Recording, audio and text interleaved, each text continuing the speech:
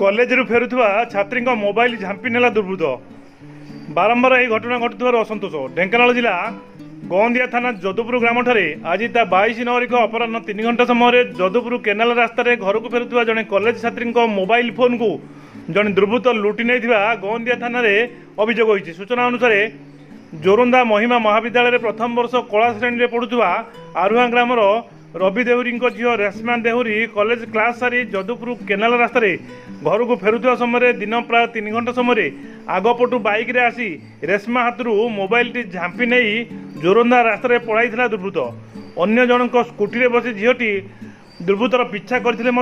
पाई नथिला फल गौंदिया थाना ए संपर्क में लिखित एतला देइछंती। पुलिस घटनार तदंत जारी रखिछि। बारंबार एपरी घटना घटुथिबारु छात्र छात्री और अभिभावक मानक मध्य भय सृष्टि होइछि। जोरंदा आरुहा रास्ता, जोरंदा करमलू रास्ता, जोरंदा बणिसिंग रास्ता, जोरंदा कालुरिया रास्ता, जोरंदा ढेंकानाल मुख्य रास्ता और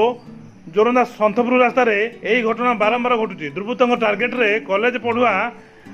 रास्तार एकुटिया जाउथिबा छात्री मान रहिसेंती। तेणु अपराह्न कॉलेज रे छुट्टी समय पुलिस पक्षर स्वतंत्र व्यवस्था कर दुर्बृत्त लुटेरा को काबू करने व्यवस्था करने जोरंदा अंचलवासी जिला आरक्षी अधीक्षक दृष्टि आकर्षण कर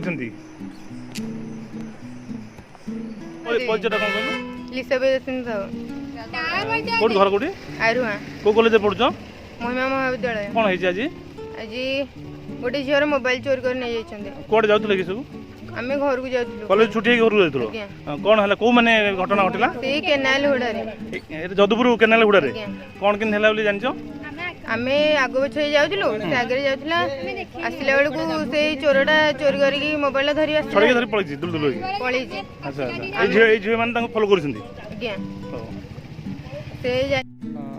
तुम ना कौन कहल परिचय अजय देवरी घर